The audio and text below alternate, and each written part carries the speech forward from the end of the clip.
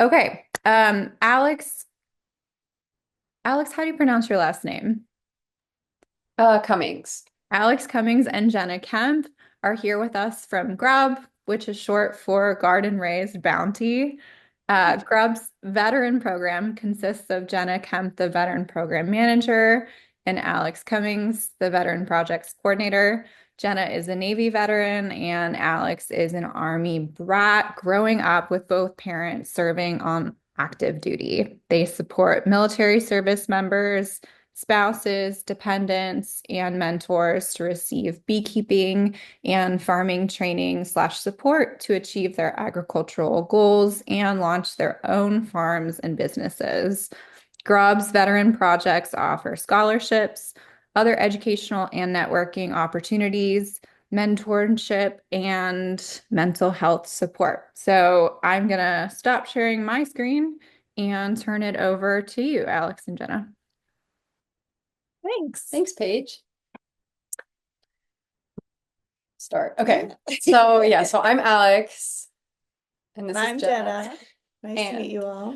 We work with GRuB, Garden Raised Bounty, and we're going to share a little presentation here with you all. See how this goes. Okay, great. I think I don't know, how do we just use... Oh, I click it. Okay, great. Okay. So so Jennah and I work with in the veterans program. It's just Jennah and I running the program, and we work with bees. Is like we have a beekeeping program, and then we have like a farming general agriculture like program or project, and both of these projects are funded by two different grants, which we'll go into a little bit. But today's presentation, we're really going to talk about beekeeping and how that can become a sustainable business option. So I'll give a little background to GRuB and our projects. So if you're not familiar with GRuB, we're located like 7 minutes away from Evergreen campus. We are West Olympia, just off of Division on Elliott Ave. And we have a 3.5 acre farm. And we aren't certified organic, but we're naturally grown here, and we have a variety of different programs. So we have a youth program, we have a garden program, we have a Black affinity group, and then we have 1, 2, 3 veterans program, youth. Is that all of them? Yeah. Yeah, and things are always changing based on, what grants we are working with. So a little background to GRuB as an organization. It started in 1993, actually. Dan Barker was a Vietnam veteran, and he was working in Portland, building backyard gardens, and two community members in Olympia area, Richard and Maria Doss, heard about what he was doing, and they went down to Portland to work with him, and then they came back up here and started the Kitchen Garden Project. So they were doing that, building backyard gardens for community members, low-income families up here. And then Bonnie Turner, who was the original owner of this land that we're currently on, donated her backyard in 1996 to their project. So they worked this land, and then in 2001, two Evergreen students founded GRuB, and it was still the Kitchen Garden Project. They kind of combined, yeah, because there was like Together. a community garden project here on this site where like elders and youth could grow food together. And then they kind of partnered up with the Kitchen Garden Project to form GRuB in 2001. Yeah, so there's a lot of roots in like veterans and Evergreen here at GRuB. And the veteran program was actually started by an Evergreen student as well. So Bo Gromley, right? Yeah, started a few years ago, the veterans program. And originally there was Victory Farm, and that was out in Lacey. And then the food bank is the original Victory Farm. Yeah, we partnered with the food bank when they were building a new distribution center out on Martin Way in Lacey. They had an empty lot in the back of their property, and so they offered it as a spot where we could build a little urban farm for veterans. So that was the Victory Farm, and that was kind of the beginnings of our veterans program. Yeah.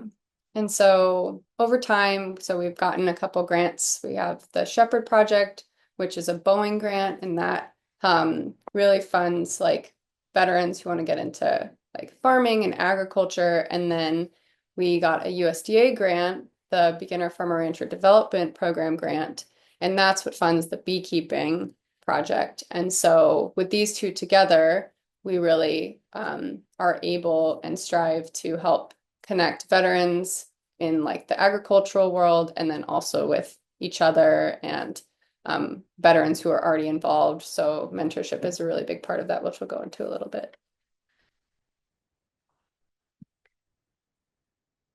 So yeah, so the Shepherds Project, which is a Boeing grant, that is, we partner with the Washington Farmer Veteran Coalition, and this project is really to support veteran farmers, and it's statewide, whereas our Healing Through Hives project, which is through the USDA grant, is only Western Washington.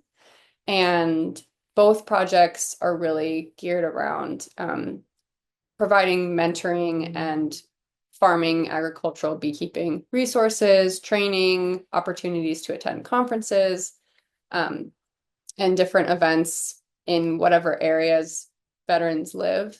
So we work with the Farmer Veteran Coalition. The coordinators for that live in Eastern Washington. So we're really able, and since we're on the Western side, we're really able to like cast a wide net and like work together.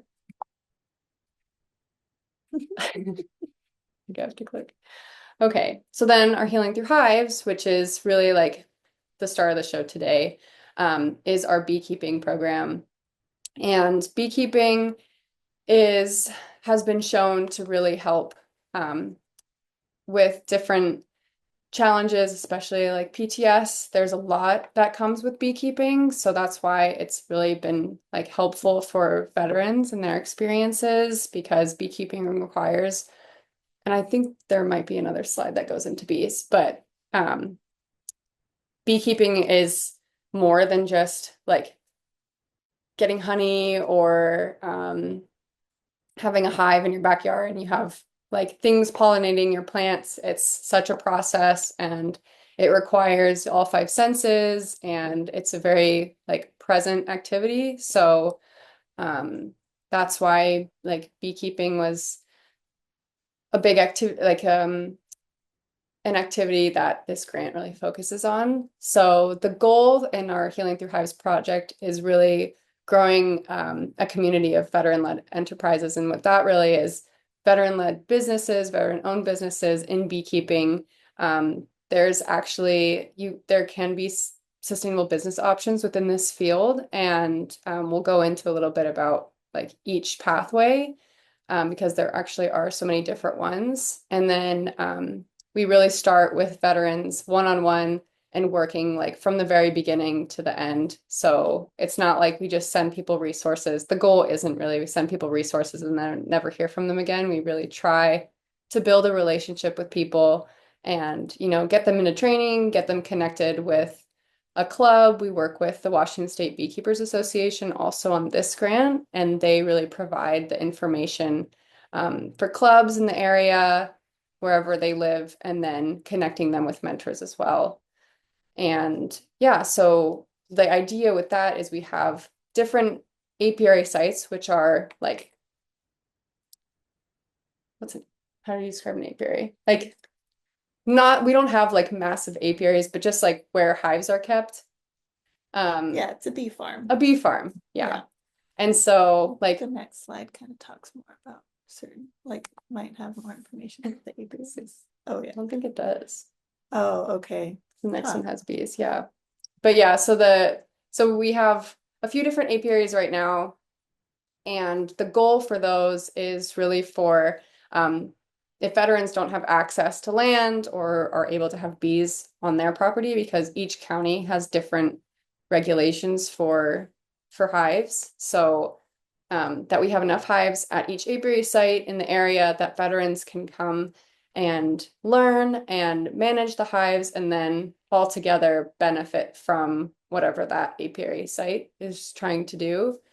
So we currently have an apiary site here at GRuB, and the purpose of that site is to be kind of like a learning site. So we have different hives here for different like accessibilities and different interests. And then we have a site up at Roots Farm in Paulsbo, that's Kitsap County. And then we have another site up in Linden at Growing Veterans Farm. So that's like near Bellingham.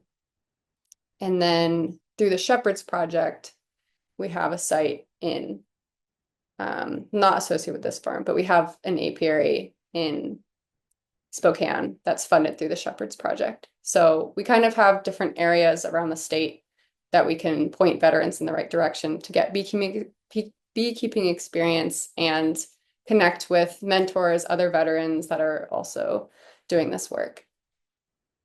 So different things that we can offer from our grant, we can offer reimbursements for a variety of different things. Really, it's starting off with like the education. So we really focus on getting people pointed in the right direction to get educated. So certification courses, and then workshops are really important to get the hands-on experience. So any workshop fees, trainings, conference fees, travel reimbursement to go to these different workshops, and then also meet with other veterans and other beekeepers, and then any adaptive gear. We kind of work on like case by case basis as well, depending on what each veteran needs. So it's not, it really just depends on each person. And then we offer hands-on experiences as well. We just planned our workshop schedule here for the year. And then we're working to get a website, or like on the Farmer Veteran Coalition website, we're trying to get like something set up where we can have all of our schedules together on there so that folks can go to one place and be able to access all of the schedules for all of our apiary sites, so they can go wherever they live, because a lot of our veterans that we've worked with don't actually live in Thurston County. So that's been a little bit of a barrier. And then the mentorship aspect is really important. So we try really hard to connect people with mentors when they reach out, because that's kind of the hardest part, is like, be excited to get into something, but if you don't have the guidance, then it's really hard to get started. And it's really easy to feel isolated and alone in your experience and to make mistakes, which is important. But if you have a mentor to kind of guide you, that's been really transformational. And then we also work with a peer support facilitator through Growing Veterans. And that's really important for our veterans and for our mentors to just understand what it means to work with veterans. And so we really focus on like the wellness and mental health aspect of building up our cohort and our mentors as well. So yeah, just providing resources, one-on-one support. It's really important for us to have like a strong community. And then from there, people can feel confident in looking to build a business potentially. All right. Speaking of business. Yeah. Yeah, so there's actually so many different options of how to kind of create an enterprise or a business with associated with beekeeping. I mean, obviously, like most people, when they hear a beekeeping business, what do you think they are thinking of? Probably just honey, right? Like selling honey, producing honey, which certainly is a big part of beekeeping. It's a very nice part of it. It tastes great, and there's a huge high demand for honey, especially, locally grown and unprocessed and sustainably harvested. honey, it's harder and harder to find. And so there's a high demand. And so that is a great way to start a business with beekeeping, but it's also not the only way. So there's really a huge industry around beekeeping. And when you look at like the really big commercial beekeeping businesses, um, honey is really kind of more of a byproduct of a lot of those businesses. Um, and other bee products. So that includes wax, propolis, pollen, things like that.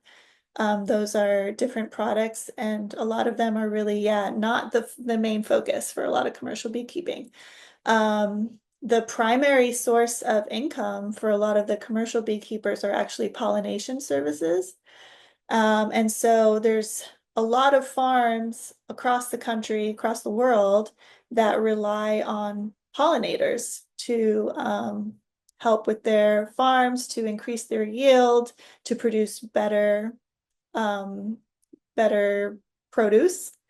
And so they will pay huge amounts of money to beekeepers to bring their hives and put them on their farms and have those bees pollinate for them. And so up here in Washington, most commercial beekeepers here send their bees down to California or to Eastern Washington as well, specifically for like the apple farms in Eastern Washington, and down in California, the big one is the almond farming complex that's down there. Um, and so, yeah, that's really the primary like source of income for most of those businesses. And that's through usually through the winter, especially here in Washington, because it's our bees, they can't handle the cold winters and the wet winters that we have here in Washington. And so they're not out foraging, they're not out pollinating in the winter. So sending them down to California or to warmer climate areas, they're able to work year round. And it's an added bonus because say you send your bees down to California in the winter to pollinate like the almond farms down there, they're working all winter, they're foraging, they're making food, and they're growing. And so at the end of winter in the spring, when you get your bees back, usually they're even stronger than when you sent them down. And then when they're strong enough, you can actually split a hive, and from one hive you can get two because they get so big that they need to expand. And so that's an added bonus. And so, yeah, that's really where a lot of commercial beekeeping is focused on. And that's worldwide. But in addition to that, there's a lot of other like niche markets within beekeeping. Um, for example, just supporting like beekeepers. So producing bees, producing queens. Queen rearing is actually a really lucrative business because genealogy in bees is really, it's a whole world. It's its own science, like finding the right genes to make the strongest hives, the most like strong immune systems, because pests and disease is a huge problem with beekeepers. So to be able to find those good genes where you're getting really strong, robust, hardy bees. And nice bees. And nice bees. Yeah, it's, obviously a lot of people know bees can be hazardous. They have those, they can be really aggressive. There's lots of varieties of bees. Most beekeepers prefer to work with certain varieties that are known to be a little calmer, easier to work with, less aggressive. And so they're always trying to get those genes that are both easier to work with, but also healthier and hardier and more, efficient at pollinating and also, can resist like cold weather better. So there's all these different kind of traits that you're constantly working to build in your bees. And so there's a huge demand for like really high quality genes. And that's all done through rearing really great queens. And so that's a very niche market. I know the beekeeper we work with here, he gets all his queens from Hawaii because there's like a rearing business down there that makes like the best quality queens. So yeah, You pay a lot for a queen. Yeah, sometimes you can pay up to like a few $1,000s for a queen. Other niche markets, of course, are like making, very specific products from the bee products. So, and then there's all like the medicinal side of beekeeping as well. So, bee therapy helps. Bee therapy. Yeah, I mean, Alex kind of talked about the healing aspect of bees and beekeeping. And there is a business in that as well. Especially out in Europe, you'll see a lot of apiaries where folks can go and actually like stay in a hut where there's bees underneath, and you can like lay in there and feel the vibrations, hear the bees, and it can be very therapeutic.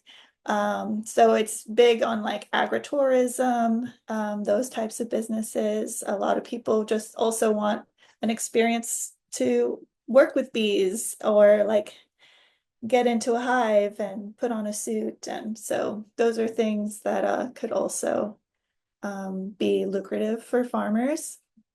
And then, of course, there's, the benefits of having bees on your property if you're a farmer, just for pollinating your own crops as well. Um, and then value-added products, we all know there's tons, obviously the honey, but with honey, you can also do like infused honeys, Creamed honey, creamed honey, whipped honey, granulated honey, and then infused with whatever, or you can make like salves, lots of other like cosmetic products using honey, wax, of course, for candles, for salves, for medicines. Pollen is a big one. It's gotten kind of popular to also sell things like royal jelly, which is, what the bees feed to the queen. Um, you know, some I don't think it's been proven that it has benefits, but there's a lot of people that swear by it. So that's become really popular as well. So yeah, there's just tons and tons of options of what you can do. And I think a lot of commercial beekeepers have found that actually it's really beneficial to focus kind of more on one aspect of beekeeping because, as Alex mentioned, like there's a lot to beekeeping. It's not easy, especially on such a large scale, and especially with all the increasing pressures from disease, from pests. It's weather. The weather with climate change, it's becoming harder and harder. And, we're going to talk more about this later, but bee populations are declining all over the world because of all these added pressures. So to be a successful beekeeper, there's a lot to it, and there's a lot of management involved. And so being able to focus on like one aspect of it can be really just make your life a little easier, and can be better for the bees too, because you're able to like take better care of them around those specific needs that you have. And then other beekeepers are doing their own thing too. So yeah. And I put in here the rise of dirty honey. I'm sure some of you have heard about this, but this is also an added over the years, because bee populations are declining everywhere. Honey is becoming harder and harder to get, to mass produce.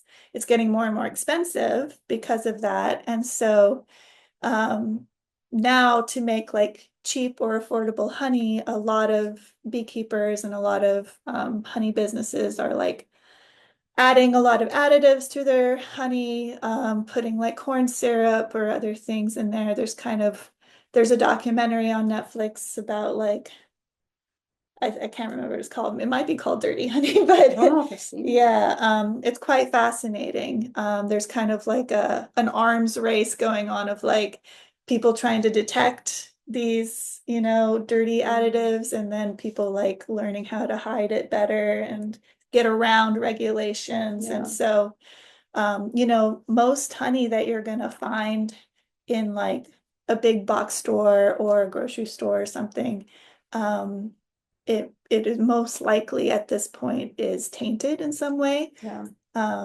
Especially if it's cheap. If it's cheap, it's cheap for a reason. Mm-hmm. Yeah, because they'll even feed the bees just like sugar water, so it actually has no nutritional value.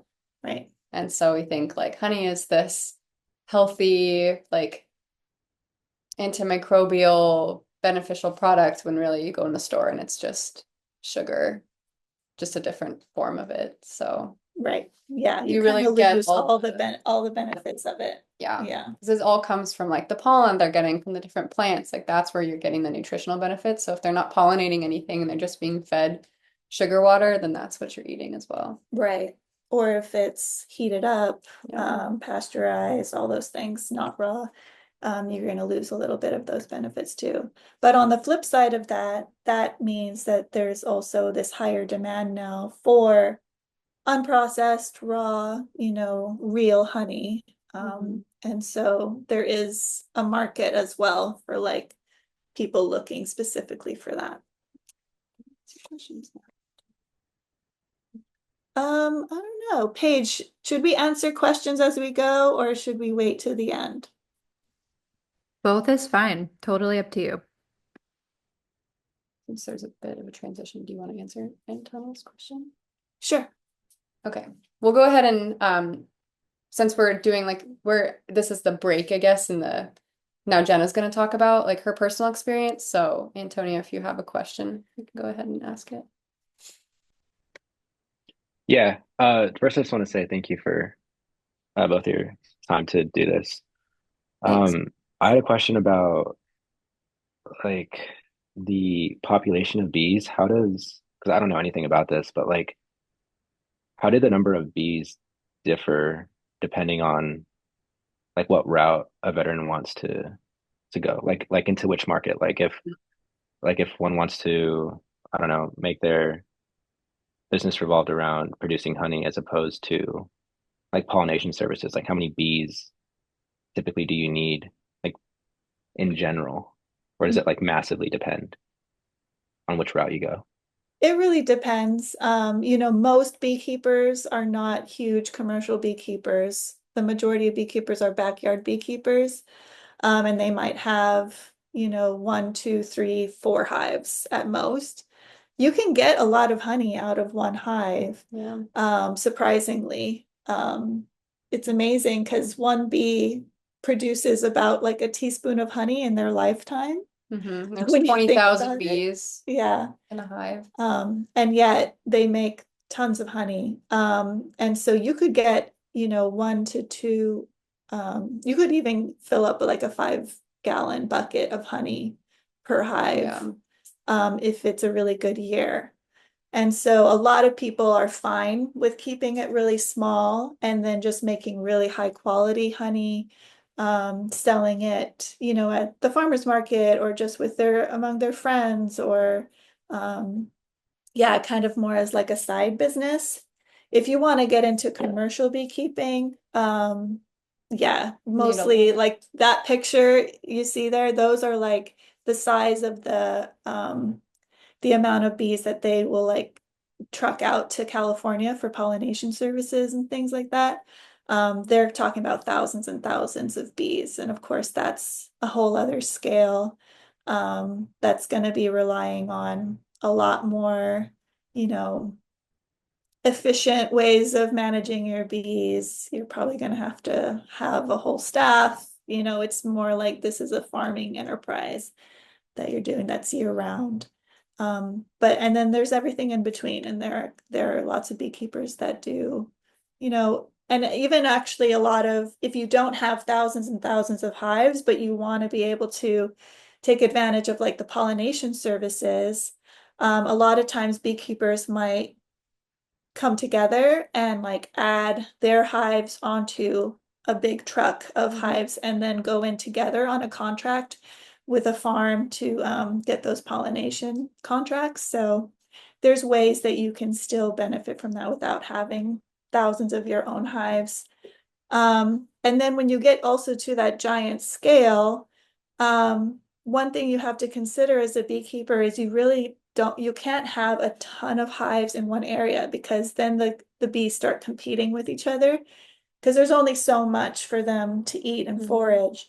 And so then you have to be able to find other places where you can place your hives, that is like far enough away from where you're at, so that they have plenty of food and, plants to pollinate.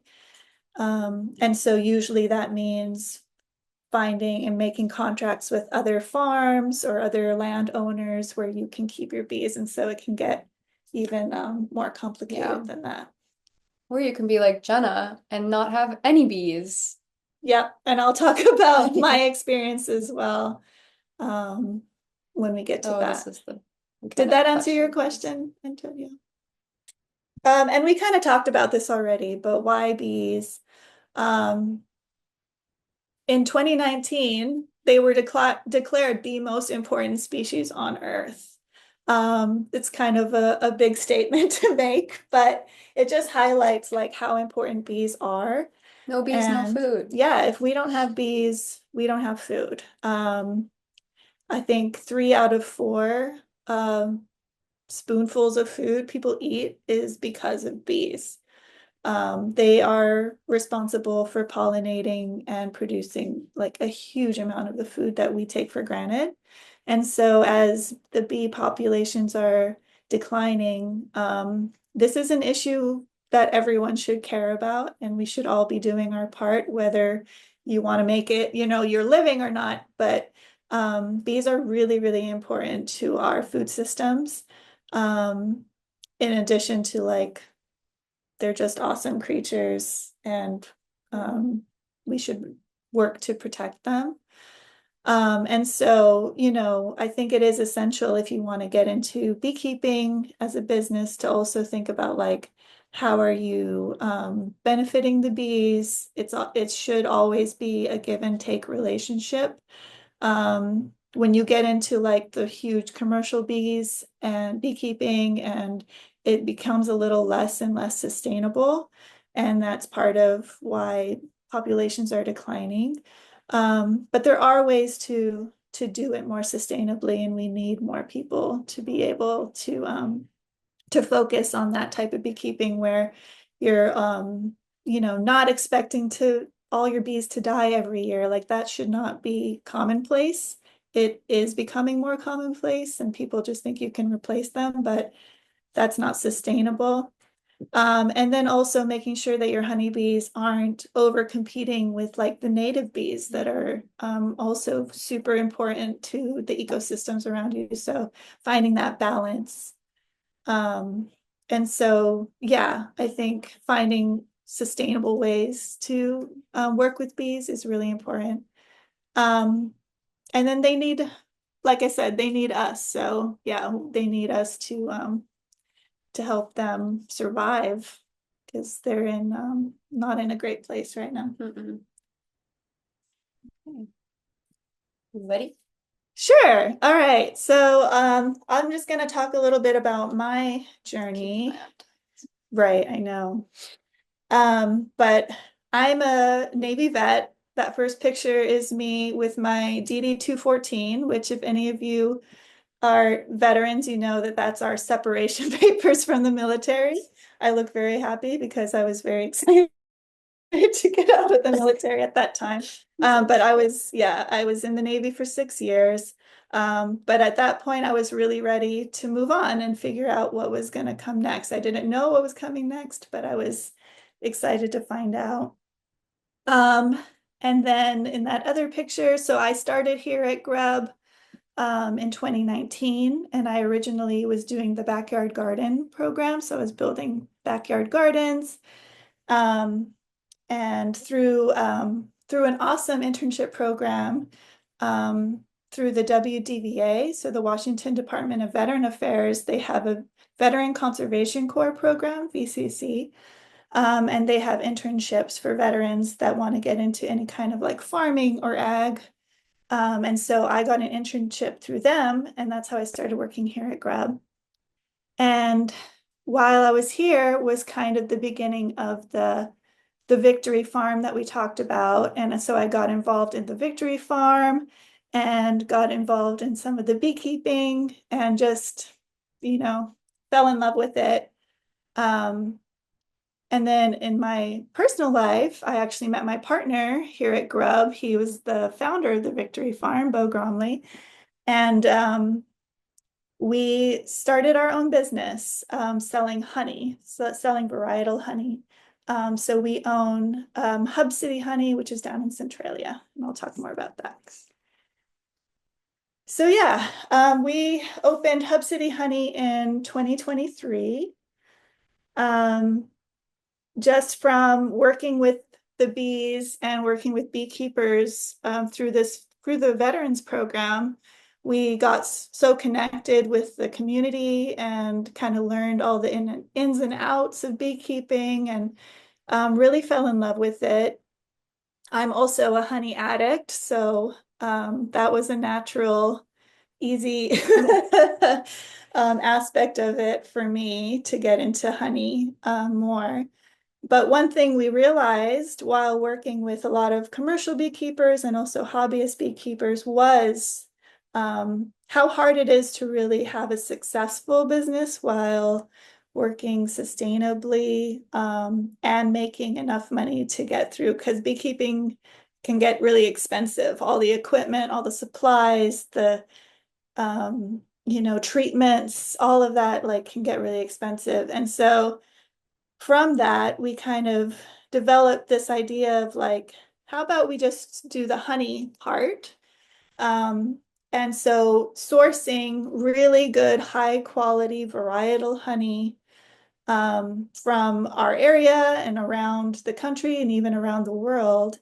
And just focusing on that aspect and making sure it's like super high quality. It's coming from beekeepers that are practicing really sustainable practices, that are taking care of their bees, it's not dirty honey. This is clean honey. And so we just saw that there is a market for that. And so we decided to take a huge leap and start a business.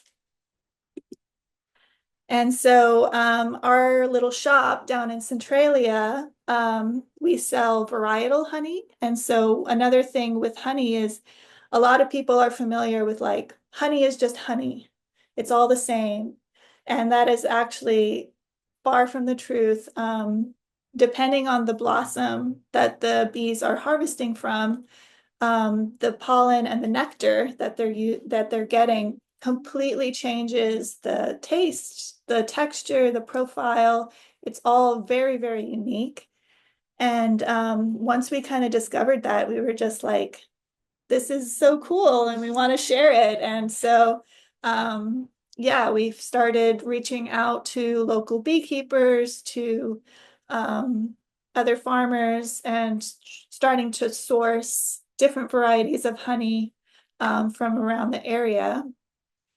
Yeah, someone mentioned Manuka honey. Yeah, like extremely, when you taste Manuka honey, it is not like the honey you get at the grocery store. It's rich, it's dark. Some of them also have different like medicinal aspects to them. Like Manuka is super medicinal because it has super high antioxidant rates in it. So yeah, each one is really unique. And so we've just been sourcing as many different varieties as we can. We do tastings so people can come and like try different ones and get that experience and learn about honey. And then we also sell like other honey and bee products. So we have wax, we make candles, and we sell teas because of course tea and honey just go together. And we do like honeycomb, we have pollen, we have granulated honey, all of it. We try and, yeah, every little aspect. So it's a sweet little shop and we've really enjoyed it. So our business journey, like I said, we really started out learning about bees and beekeeping and that whole world of bees at GRuB. We met at GRuB, we started the veterans program here. And our first exposure to beekeeping was actually at the Victory Farm. So once the Victory Farm was established in Lacey, a local beekeeper named Alan Woods reached out to us. He's an Army veteran, and he's also the president of the Washington State Beekeepers Association. He's a pretty big deal in the beekeeping world in Washington State. And he had heard about our farm and just reached out and said, I would love to teach veterans about beekeeping. I'm happy to like donate a couple of hives to bring out there, and I'll teach people that are interested about beekeeping. So he did that, and we just noticed immediately like the connection between with veterans and beekeeping. It just seemed to really click. People really enjoyed it. We really enjoyed it. We loved learning. Alan kind of became our mentor. And Alan is a huge commercial beekeeper, but his focus, he primarily focuses on selling like beekeeping equipment and bees.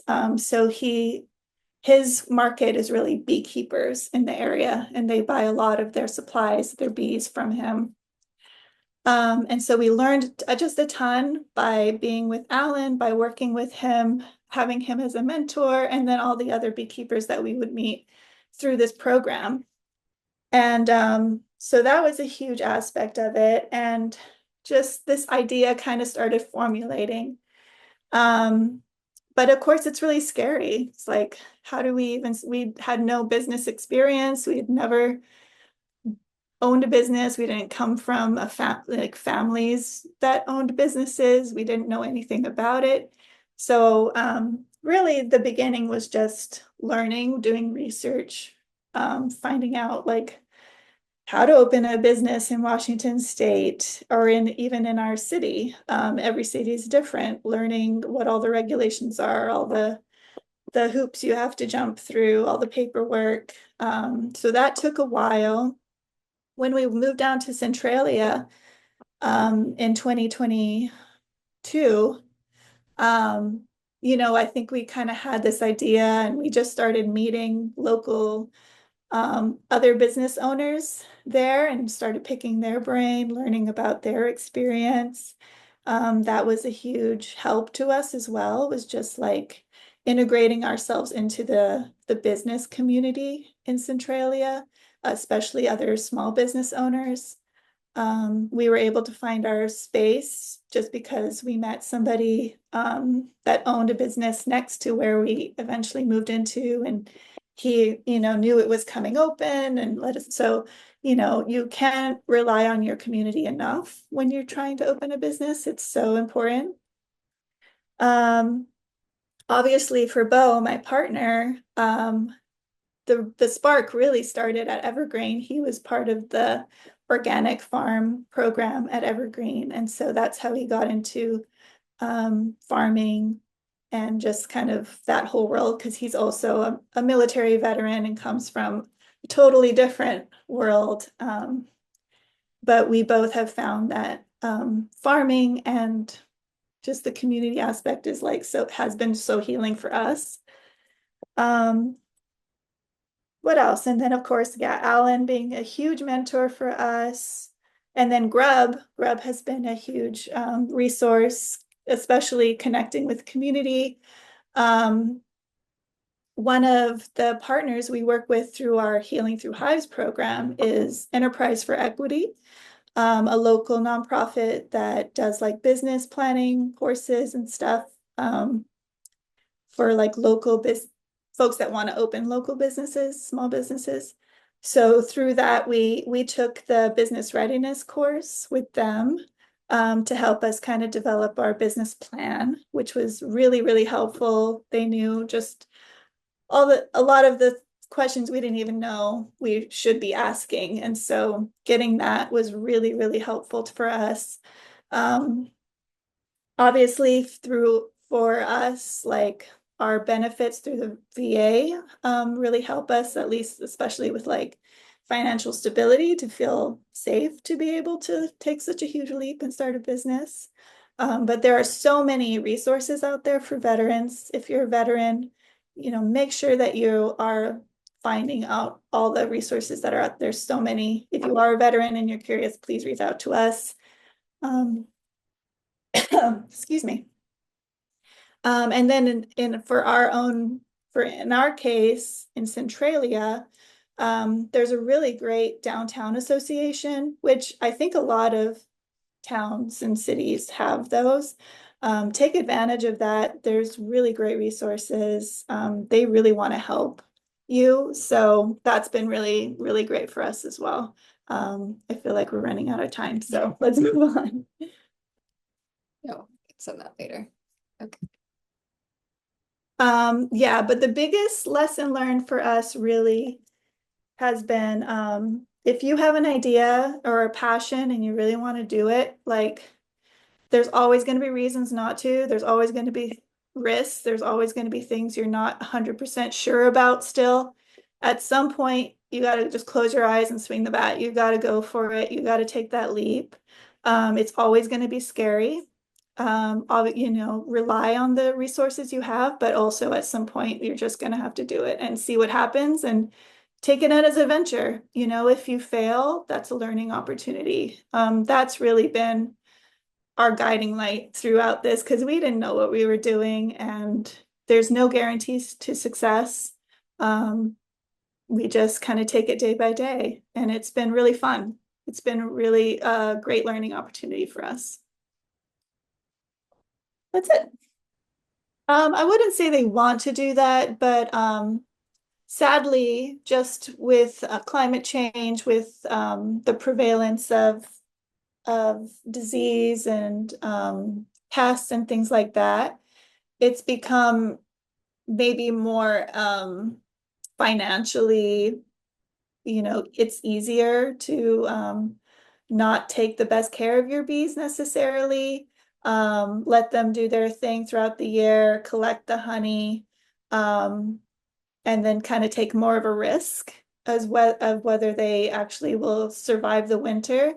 So a big aspect of beekeeping, especially if you're like in the northern hemisphere where we have winters, or I mean, you have them in the southern, but yeah, in areas with harsher winters, bees really they originally are coming from like more tropical areas. So they are not honeybees are not native to North America. And so they're not really acclimated to be able to survive harsh winters. So they can in their hives, but it's hard for them. They need a lot of resources to make it throughout the winter. And for them, that means honey.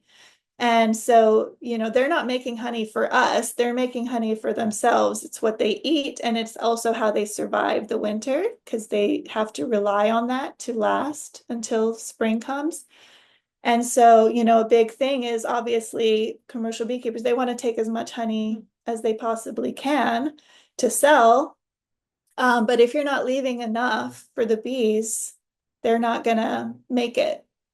And so, Alex mentioned like a lot of them will take all the honey and then just feed the bees sugar to make it through the winter.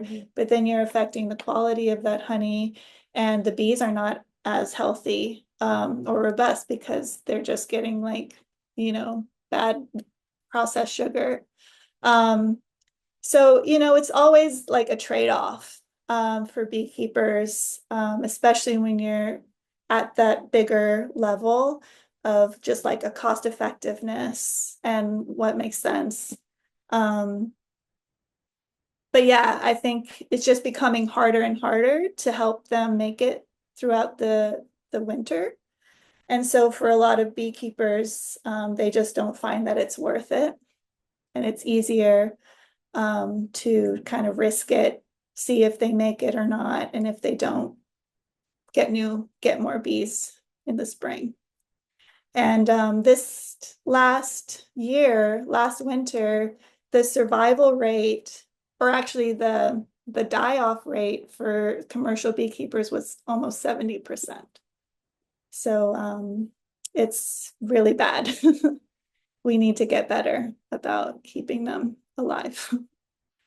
It really that's why we have so many partners as part of this project, is because like we all work together. So to find all these resources and um like grants and funding opportunities and stuff, it really comes from like collaborating with our partners. So, and going to conferences and learning about new grants that are coming out and stuff like that. So we have like the Farmer Veteran Coalition is very well connected. And so working with them to curate a list was really a crucial part in that. And then the Washington State Beekeepers Association is very connected in like the bee realm. So yeah, just like finding other entities, other organizations that are connected, communicating with them. It's all about community and like shared um shared goals.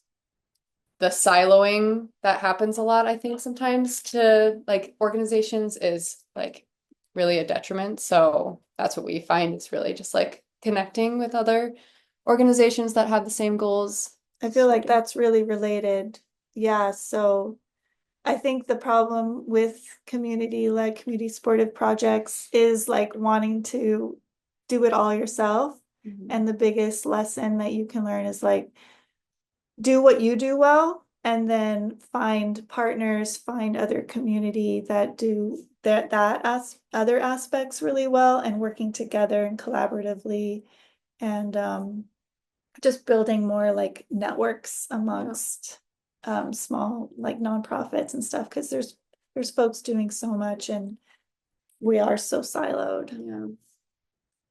Because you also have to, bees operate off of pheromones. So when we're worked up or afraid or something, they actually can sense that and it will actually make them more agitated. So like I get really nervous. So whenever, just in general, but like whenever I go out there, I have to really like ground myself and like breathe before I go out there, because if I'm anxious, then they'll pick up on it and then they're more agitated and flying around, and then that makes me more anxious and then more anxious, and then it's just not like a good system. So Yeah. yeah, one of our colleagues goes out there without a suit all the time. Yeah. She's like, they like me, but she's so calm and chill that they really don't pay any attention to her. So We're not there yet, no. but we're working on it. One thing I didn't mention is that honeybees are really actually not that efficient at pollinating when compared to other species of bees. And so while we use honeybees because they're domesticated and they're easier to work with, but we need native bees, tunneling bees. Mason bees are some of the most efficient pollinators. They're 10 times more efficient than honeybees at pollinating. And a lot of them also come out like different seasons. They come out earlier in the season, especially because they're native, so they're adapted to our climate, to our environments.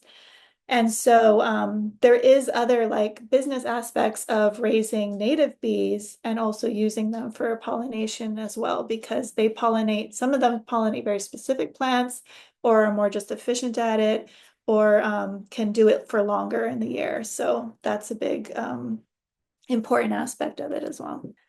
I mean, yeah, the size, their anatomy, their physiology, all of those things come into play with how efficient and how they pollinate. For example, like the bumblebees, they're called bumblebees because they like buzz and they can vibrate at this rate that, like, for some plants, for example, tomatoes, bumblebees are the only bees that pollinate tomatoes because they land on the tomato flower and then they can do their little vibration and actually releases the pollen that they're able to collect, whereas other bees can't do that. So yeah, each species is unique and has its own kind of their niche, they're all important. It can be. Yeah, sending your bees to California or for pollination comes with its own inherent risks. Obviously, for the bees, a big problem also is because you're giving your bees away for months on end. You're not necessarily going to be there. So you're relying on those farms to protect your bees, to take care of them. Sometimes they get stolen. Theft is a huge problem because bees are really valuable. Um, and so, you have to make sure that you have really good agreements with these farms, that you trust these farms, that that your bees are going to be in safe hands. It's really about like leaving enough resources for them. So like for us here, we always make sure like we only take what we need and we make sure that they have plenty of honey and pollen and nectar to sustain themselves. So I think if you're like overworking them that much throughout the whole year, as long as they have enough resources, they'll be okay.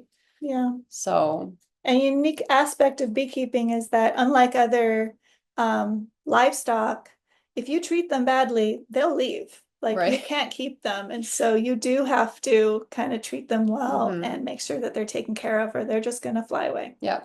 It's called swarming. They'll just all decide that they don't like it where they're at and they'll just go somewhere else. Yeah. It's a good question. Yeah. It's like it's such a range, you know. We have Yeah. people that, It's so individualistic. yeah. Everyone's so different.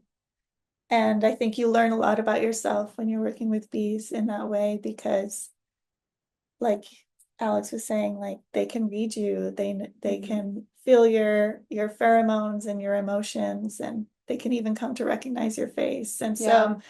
so people can build really strong relationships with their bees, become almost like friends or pets. Yeah.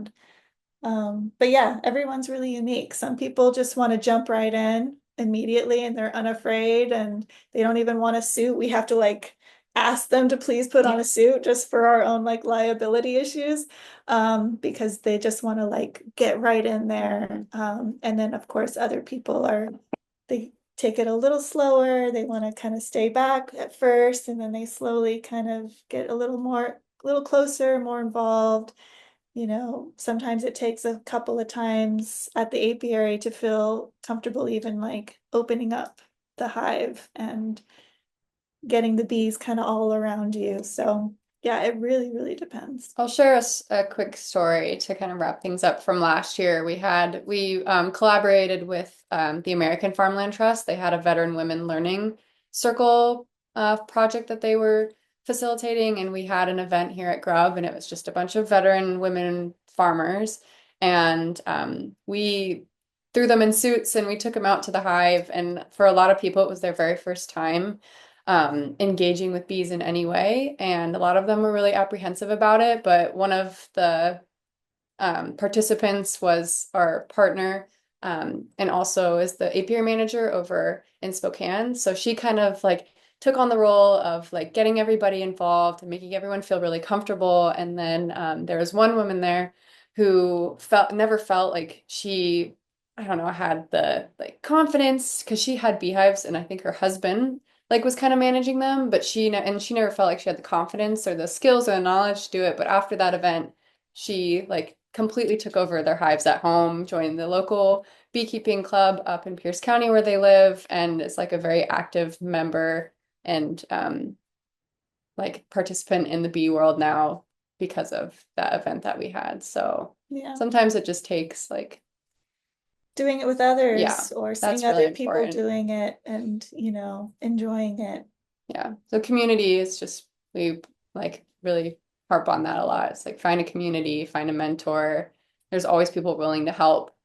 And like whatever your goal or your passion is, you'll find people out there that want to help. So Yeah, and beekeepers love nothing more than to talk about bees all day long. yeah, So, yeah, don't feel afraid to ask questions or yeah, approach them if you are interested.